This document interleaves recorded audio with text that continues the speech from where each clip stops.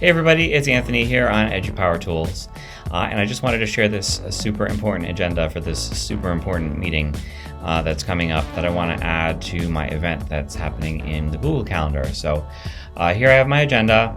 You see that we're taking attendance. We have important items to discuss, including the TSP reports, a monthly sales meeting, other things you can put on here if you're like a teacher and you're going into a meeting about a student or something like that.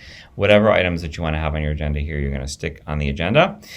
So I created that in Google Docs, and that's all set now. So what I want to do is I want to share it to the event so that the people who are attending the event have access to this agenda also. So here, I'm just going to click back here for just a second.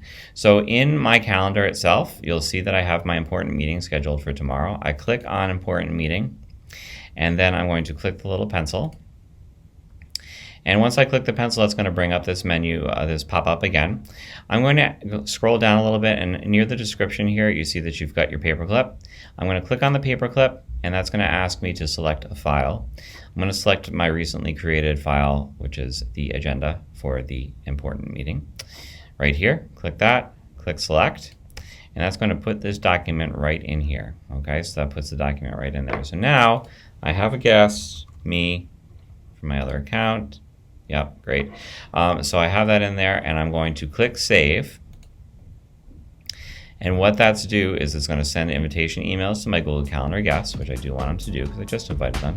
And it's going to ask me to provide access to the people that I've invited to the event. So there's no need to adjust any sharing settings within the Google Doc itself. You can just do it right from here. So I can choose to have them view it, comment on it, or edit. I'm going to have them comment on it, and I click invite, and that is going to give them access to the document, the agenda that I've included, and it's also invited them to the meeting.